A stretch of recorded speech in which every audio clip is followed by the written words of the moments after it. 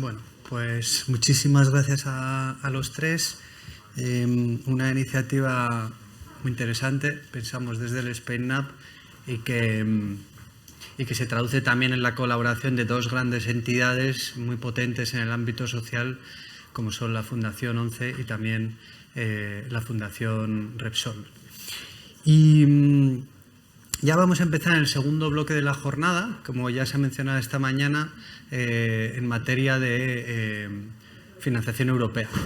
Oportunidades que están emergiendo para el tercer sector a nivel europeo, como digo, en la llegada de todos estos fondos, ¿no?, que están por llegar.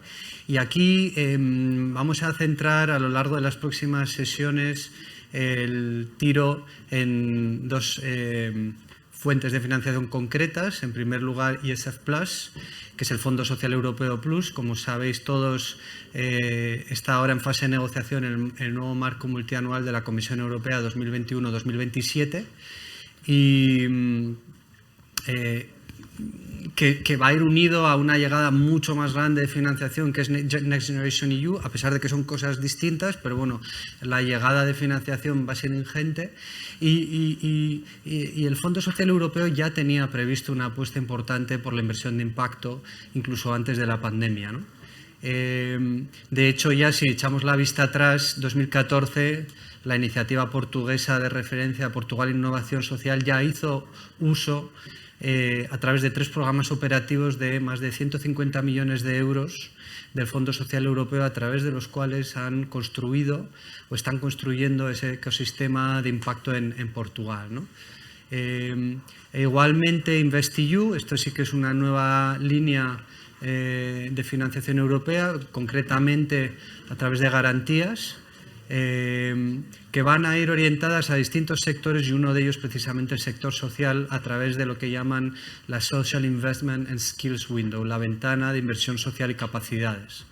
Y bueno, para entender y conocer un poquito mejor todas estas oportunidades, contaremos con una serie de expertos esta mañana, y también hemos pedido, como mencionaba antes, a la EVP, a la European Venture Philanthropy Association, que es la patronal de la inversión de impacto en Europa, con sede en Bruselas, que nos presentase una visión global de esto, ¿no?, de este tipo de oportunidades en materia de Fondo Social Europeo e InvestEU.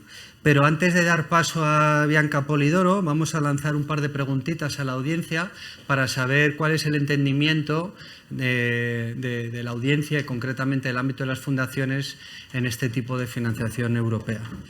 Así que la primera pregunta simplemente sería: ¿has solicitado alguna vez financiación de la Unión Europea? Es una pregunta amplia.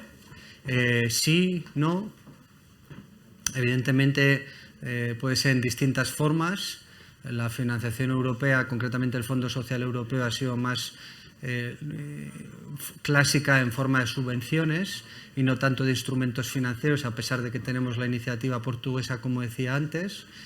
Bueno, vemos que más o menos la mitad de la audiencia sí que las ha pedido, pero algo más, pero hay un 40% que jamás ha solicitado financiación, ¿no?, de este tipo. Por lo tanto, ahí se abre una oportunidad claramente interesante, ¿no? Y la segunda pregunta, ahora que ya tenemos un poco esta visión del entendimiento de nuestra audiencia, sería una nube de palabras, ¿no? Si podéis compartir con nosotros, a través de una palabra, cuál pensáis que es la principal barrera que habéis encontrado para ello.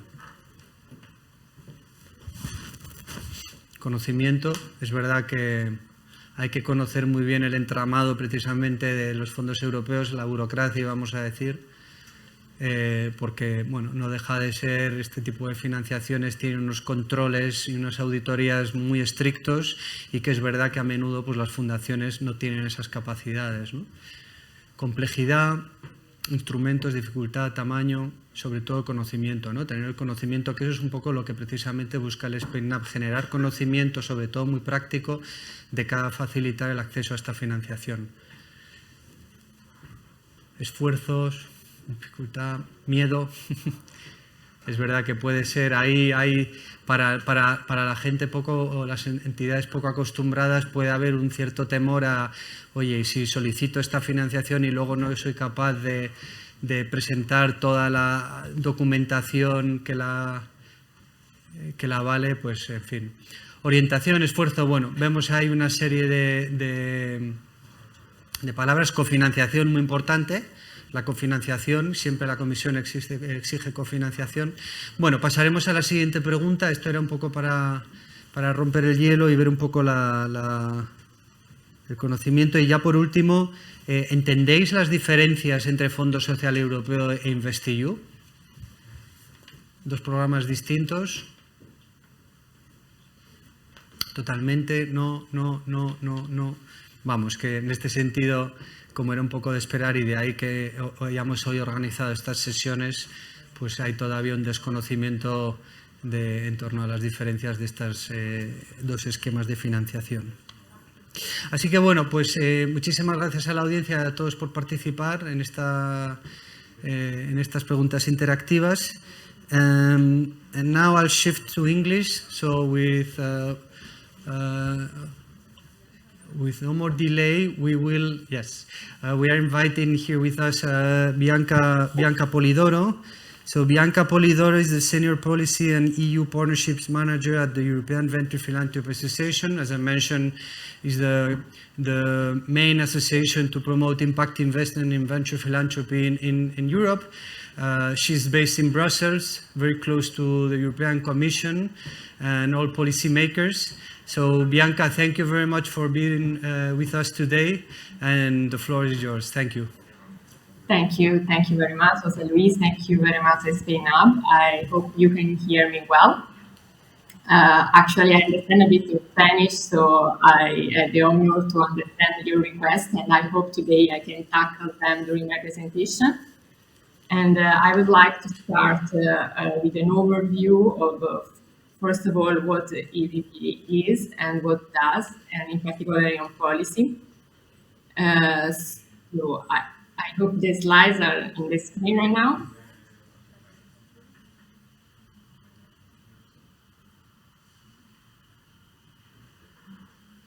Can you see the slides?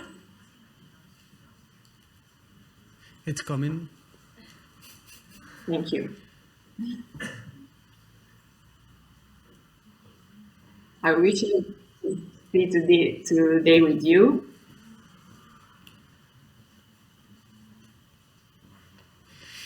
Yeah, it's coming, and so just to mention the partnership SpainNAB has with EVPA, as I mentioned, with the main body representing the interest of the impact investment industry in Brussels. So just a second, Bianca. Here it is. Okay, thank you very much. So maybe a few words about the EVPA. The EVPA is a broad and diverse community of 300 members in 35 countries, and the members are philanthropy funds, social investors, grant-making foundations, impact investing funds, private equity firms, professional service firms, philanthropy advisors, bank and business schools. Today, I will actually give an overview more from a foundation perspective, and in particular on the environment in Spain. But first of all, I also would like to say that EVPA vision is a world where philanthropy and investment combine to drive societal impact. I hear today a lot from the director Repsol and ONCE as well, this shift towards actually social impact and impact investing, and this is a core for EVPA. The mission of EVPA is to mobilize resources for impact, but how we will mobilize the resources? We need a lot of stakeholders, in particular in my role as policy manager at EVPA, I deal with the partnership with the institutions. So today I also would like to give you, to say a few words about the partnership the EVPA, the European Venture Philanthropy Association, has at the EU level with different institutions, and in particular with the European Commission. We have a long-standing partnership with DG Employment under the EC program, the European program for employment and social innovation, in particular on access to finance and on the supply side of the social enterprises market.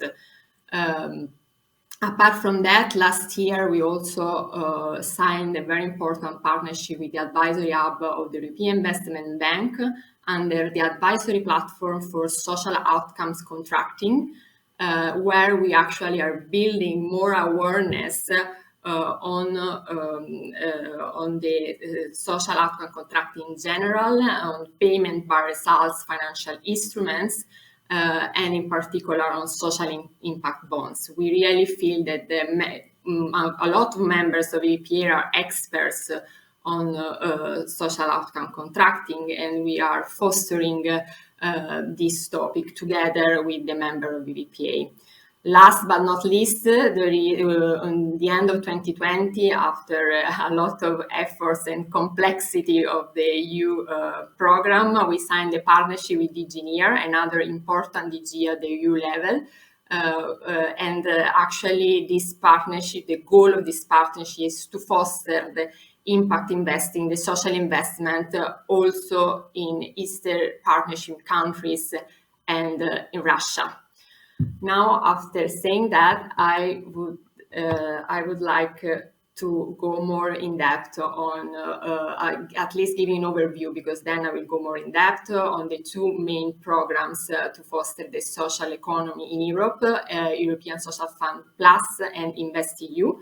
But before saying that, I think it's very relevant to touch the political aspects right now at the EU level, and the many DG of the Commission are working to realize an action plan for the social economy. And we at the BPA work a lot during the last year on this action for the realization of this action plan together with our members.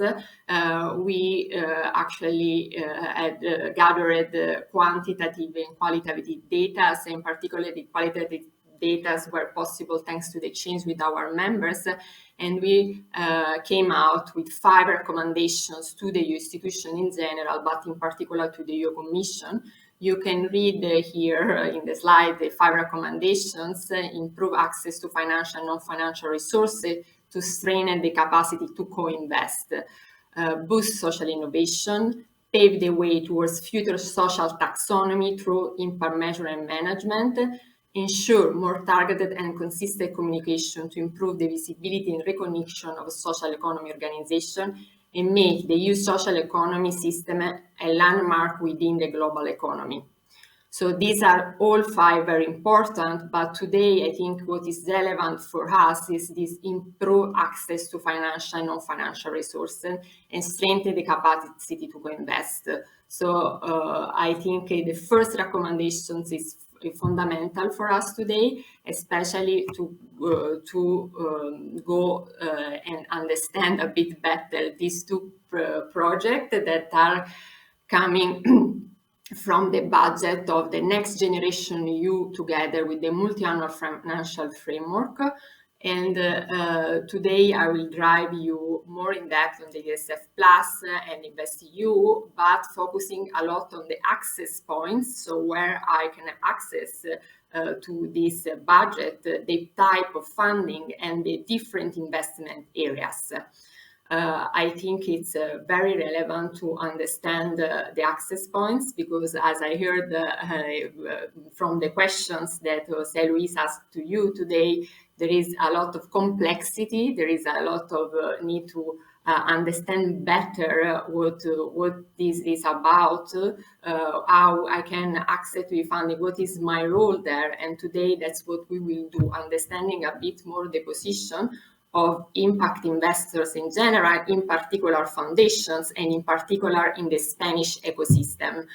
I also would like to strengthen that we at the BPA, in particular, my team is working a lot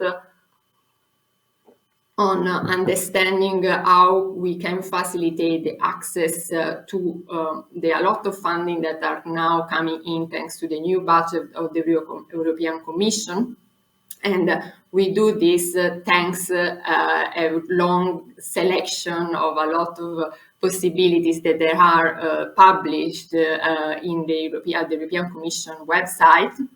We select all of them to understand which are more important for the actually for the impact investing ecosystem, and in particular for our members. There are many of them that now you can always look at the EVPA webpage or the EU Funding Opportunities webpage. But one thing I want to say is that these calls for proposals are made for different audiences, different stakeholders. And most of the time, not always, but most of the time, this needs the organization need to build a consortia in order to apply. So often you need to have a consortium that could be based only in Spain if the goal of the call is realizing, for example, a social innovation ecosystem in Spain or more cross countries. So an organization in Spain needs to partner up with an organization, for example, in Italy or in North European countries as Belgium, Germany. And recently there were the Competence Center for Social Innovations that were realized thanks also to a consortia coming from different EU countries. And this was a call for proposal that we published actually in our website, and we are very happy that a lot of members of EPA were chosen to be part of this Competence Center for Social Innovation that will be fundamental for the realization and the boosting, the strengthening of the social economy ecosystem in Europe. So I would like to invite you, to all of you, this is open to everyone, this webpage, to have a look at the EU Funding Opportunities webpage. And if you have questions, you can always write to me or to my team, and we can explain in detail the call for proposals, because each cause has different guidelines that you should follow in order to apply. But we encourage you to do so. And now for this first part, I will conclude here, but I'm very happy to dive you more in depth on the European Social Fund Plus and the InvestEU afterwards. Thank you very much.